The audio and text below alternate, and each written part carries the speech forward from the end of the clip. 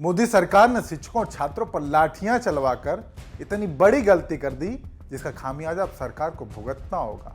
देश के हजारों टीचर, लाखों छात्र अपने ऊपर पड़ी एक एक लाठी का बदला लेने के लिए दिल्ली कूच करने जा रहा है।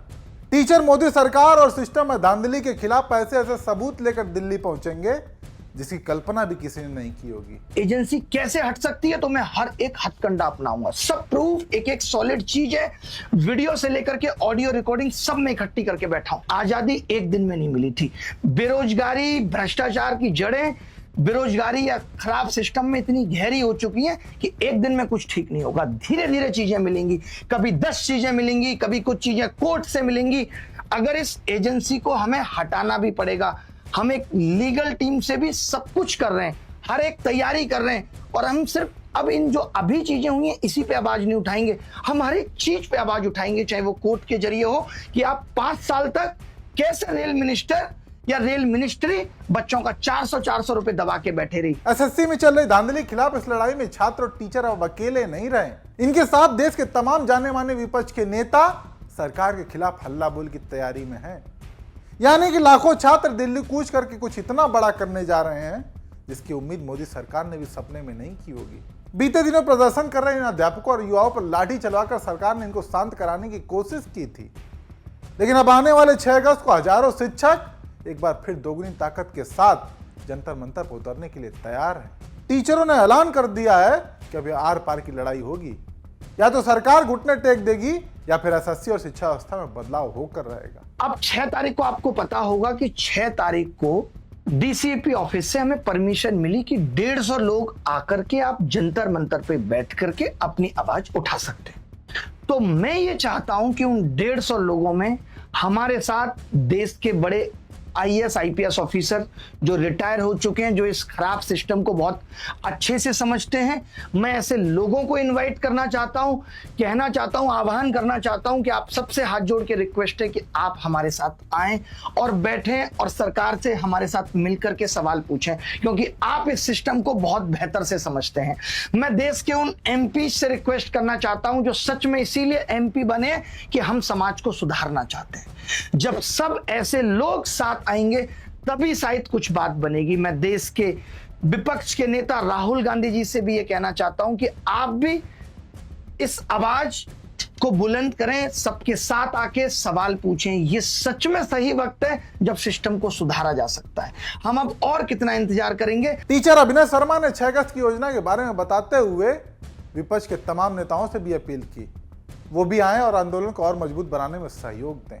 इतना ही नहीं, अभिनय शर्मा ने सरकार को चुनौती देते हुए यहां तक कह दिया कि वो लाखों छात्रों के बीच सरकार के भ्रष्टाचार, सिस्टम में धांधली और एसएससी में चल रही लूट को सबूतों के साथ उजागर कर देंगे। यानी कि अगर ऐसा हुआ तो मोदी सरकार मुंह दिखाने लायक नहीं बचेगी। ये प्रूफ भी आज मैं सिर्फ इसीलिए नहीं खोल रहा हूं क्योंकि मेरा एजेंसी से कोई लेना देना नहीं है, लेकिन मुझे जिस दिन ये लगेगा कि ये अब एजेंसी कैसे हट सकती है तो मैं हर एक हथकंडा अपनाऊंगा। सब प्रूफ, एक एक सॉलिड चीज है, वीडियो से लेकर के ऑडियो रिकॉर्डिंग सब में इकट्ठी करके बैठा हूं, अगर सरकार नहीं सुनती तो। अभिनय शर्मा ने 6 अगस्त को आंदोलन का ऐलान करने के साथ साथ ये भी बता दिया कि छात्रों के साथ हो रहा अन्याय के खिलाफ ये आखिरी लड़ाई होगी। यानी कि कुछ भी हो जाए, अब देश के हजारों टीचर मोदी सरकार को घुटनों पर लाकर और छात्रों की समस्याओं का समाधान दिलाकर ही दम लेंगे। सच में सही वक्त है जब सिस्टम को सुधारा जा सकता है। हम अब और कितना इंतजार करेंगे। मैं ये चाहता हूं कि मेरे लिए लड़ाई आखिरी हो। अभिनय शर्मा की इन बातों से आप इस बात का अंदाजा लगा पा रहे होंगे कि अगले 6 अगस्त को दिल्ली में ये टीचर्स छात्रों के साथ मिलकर क्या करने वाले हैं। और सबसे बड़ी बात तो ये कि छात्रों के हक की लड़ाई में अब देश के तमाम जाने माने नेता भी उनके साथ आकर खड़े हो गए हैं। राहुल गांधी ने तो 31 जुलाई के प्रदर्शन से 6 दिन पहले ही इस समस्या को लेकर आवाज उठाई थी। कांग्रेस का छात्र संगठन एनएसयूआई खुद शिक्षकों और छात्रों के प्रदर्शन को और बल देने के लिए आंदोलन में शामिल भी हुआ था, जबकि अब वहीं कई सांसदों ने सदन में इस समस्या पर चर्चा की मांग उठाई है। संजय सिंह ने ट्वीट करते हुए बताया कि एसएससी परीक्षा में हो रही घपलेबाजी पर चर्चा के लिए मैंने संसद में नियम 267 का नोटिस दिया। सदन की अन्य कार्रवाइयों को स्थगित कर इस गंभीर विषय पर चर्चा की जाए। कांग्रेस नेता सचिन पायलट, उन्होंने मामले में जांच की मांग की। समाजवादी पार्टी के सांसद पुष्पेंद्र सरोज, उन्होंने पीएम मोदी को खत लिखकर छात्रों की आवाज को मजबूत किया। इतना ही नहीं, प्रिया सरोज, हनुमान बेनीवाल, तमाम विपक्षी नेताओं ने भी सरकार के खिलाफ हल्ला बोल दिया है। यानी कि मोदी सरकार ने टीचरों पर जो लाठियां बरसाई थी उसका दर्द अब पूरे देश को सुनाई दे रहा है।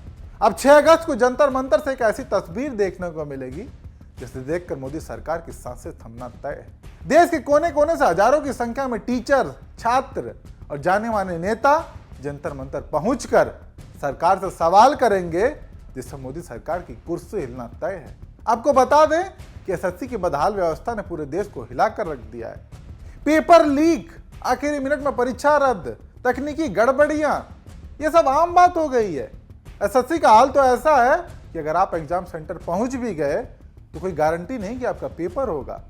लाखों रुपए खर्च करके दूर दराज से दिल्ली, मुंबई, कोलकाता पहुंचने वाले छात्रों को आखिरी मिनट में पता चलता है कि sorry, exam cancel.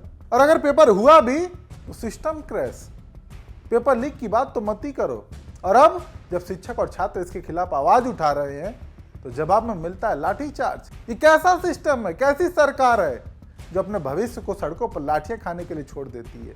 Jantar Mantar पर 31 जुलाई को हुए प्रदर्शन में शिक्षकों और छात्रों पर लाठीचार्ज की तस्वीरें आपने देखी होंगी। टीचर्स जिन्हें माता पिता से ऊपर का दर्जा दिया जाता है, उन्हें अमित शाह की पुलिस ने घंटों बस में भरकर दिल्ली के चक्कर लगवाए।